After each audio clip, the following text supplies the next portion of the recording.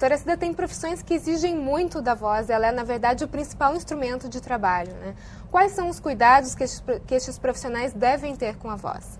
Bom, em primeiro lugar, é importante a gente saber reconhecer quais pessoas deveriam ter esses cuidados. Então, como você falou, esses profissionais da voz que têm na voz aí sua principal ferramenta de trabalho devem ficar atentos. Então, os campeões de uso da voz, sem dúvida nenhuma, são os professores dos mais diversos níveis, desde o professor de educação infantil.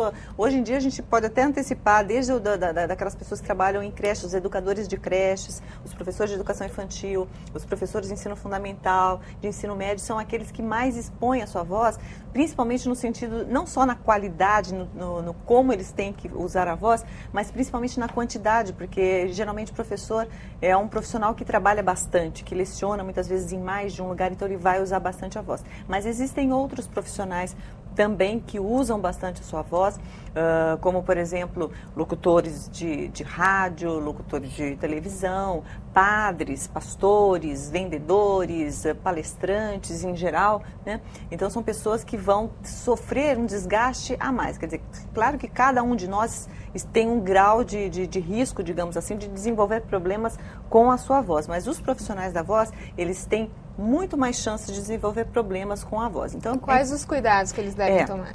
Então, eles devem, em primeiro lugar, ter um ouvido atento para saber reconhecer quando a sua voz está começando a deixar de ser aquilo que ela sempre foi. Tá? Então, é importante que a gente compreenda que não é normal estar permanentemente rouco. Tá? Então, se eu sou um profissional da voz, eu não posso considerar que se eu estou rouco, eu sou rouco porque eu uso muito a voz, eu sou rouco porque minha voz sempre foi assim, enfim, né? Quer dizer, não é normal ser rouco, tá? É importante que se conheça a razão da rouquidão. A rouquidão, na verdade, ela é um sinal, né, que o teu organismo está te dando de que alguma coisa não está bem nas cordas vocais. Então, em primeiro lugar, é importante saber reconhecer quando eu estou com um problema de voz, quando eu tenho uma disfonia, e que eu procure um médico para eu poder investigar as minhas cordas vocais e saber qual é a razão dessa rouquidão. Primeiro de tudo, tá? Agora, no dia a dia, é importante que essas pessoas realmente tenham alguns cuidados básicos, né? Assim como um motor de carro que trabalha bastante precisa estar permanentemente lubrificado, ele precisa de gasolina para funcionar e ele precisa de óleo, né, para que as peças não se corroam no atrito uma com a outra, as cordas vocais, como vão trabalhar muito em atrito, elas também precisam estar lubrificadas, né? E como é que eu vou lubrificar minhas cordas vocais? Eu vou lubrificar as minhas cordas vocais com um líquidozinho bem baratinho chamado água, né? Isso é que todo mundo tem em casa, é tranquilo, essencial, bem baratinho, é tranquilo. É importante que os profissionais da voz consumam muito mais água do que o normal. Mas para que tanta água, né? Então a gente costuma fazer assim, porque eu vou ficar bebendo água, mas a água vai na minha corda vocal? Não, ela não, quando você engole a água não passa por cima da corda vocal. Então, é a mesma diferença, eu costumo falar assim, a mesma coisa quando a gente tem uma plantinha, você pode jogar a água por cima da planta para regar, ou você pode pôr no pratinho de baixo e aí a terra ir chupando aquela água pouco a pouco, à medida que ela precisa. Então, essa hidratação que a gente está falando, quer dizer, esse consumo de água funciona como o pratinho da planta.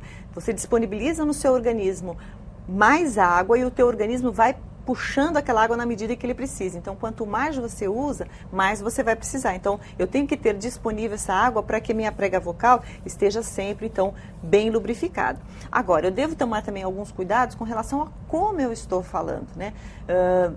Muitas vezes o tanto de fala, quer dizer, a quantidade eu não posso controlar. Embora muitas vezes a gente possa. A gente fala, às vezes, até demais e no final do dia até se arrepende. Puxa, não deveria ter falado isso, podia ter ficado calado. Mas quando isso não dá para a gente controlar, é importante que a gente controle o como eu estou falando, tá? Porque muitas vezes, principalmente os professores, costumam falar muito alto, costumam gritar para controlar seus alunos, costumam gritar para expressar a sua raiva, costumam gritar para expressar a sua autoridade, para o seu descontentamento, enfim, né?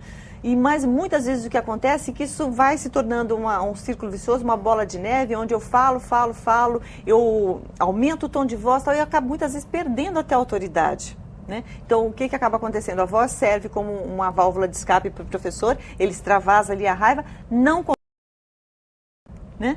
Porque deixa de ser um ponto ali de autoridade, existe um desgaste do professor em troca de, muitas vezes, de nada. Quer dizer, não né? resolve nenhuma coisa nenhuma. Exatamente. Então é importante que haja um contrato aí entre esse... Primeiro, uma revisão desse professor. Como é que eu estou usando a minha voz? Será que eu preciso realmente me suicidar vocalmente? Quer dizer, não ter mais voz nenhuma daqui a pouco a troco de nada? Né? Será que não é mais fácil eu tentar conversar com essa turma e fazer um contrato, né, com esse pessoal, fazer alguns combinados até o melhorar?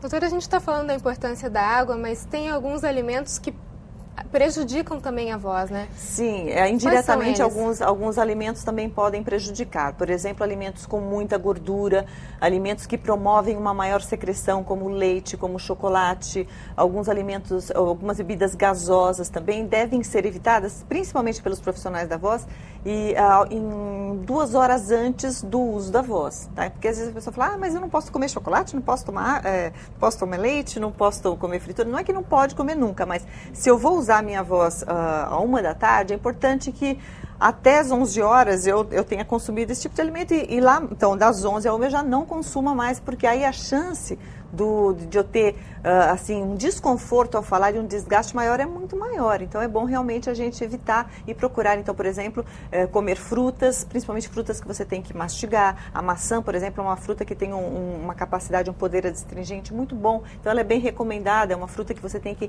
abocanhar, que você tem que mastigar, você vai acabar no próprio ato de mastigar, exercitar os seus músculos faciais que você vai precisar para falar, que você vai precisar para articular. Tá? Então, você pode ser uma maçã, pode ser uma pera. Nunca ficar também muito tempo sem comer, porque às vezes a pessoa fala assim, não, eu prefiro não comer nem beber nada. Também não é bom, porque aí o teu estômago vai ficar vazio, ele vai funcionar de uma maneira também vazio, e a acidez do estômago muitas vezes que pode retornar pelo esôfago e ser também prejudicial para a laringe, o que também não é bom. Então, se eu sou um professor, eu sou um profissional que falo muito tempo, é importante que a cada 2 horas ou a cada 3 horas eu como uma barrinha de cereais, ou como uma fruta, tome água e evite o café, que é outra coisa que também que as pessoas costumam tomar muito. O café também resseca muito a mucosa, ele deveria ser deixado para as pontas coisa boa não pode, só frutas, verduras, exatamente, mas essas são coisas café, boas refrigerante. também, né? É que eles requerem aí uma reflexão, muitas vezes uma mudança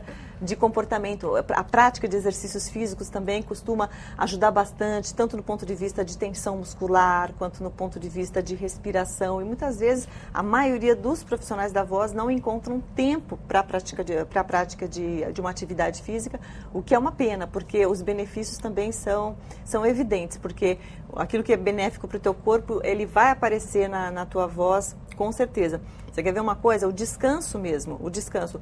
Uma pessoa que tem um sono ruim, a voz dela no dia seguinte será ruim. A gente tem essa experiência com a gente. Quando a gente não dorme bem um dia, no dia seguinte a sua voz não está boa. Então, se eu sou um profissional da voz que não costumo dormir bem mesmo, todo dia minha voz não vai estar boa. Então, todo dia minha voz não trabalhando muito bem, eu vou com certeza lá na frente ter um desgaste que muitas vezes pode ser até mais sério.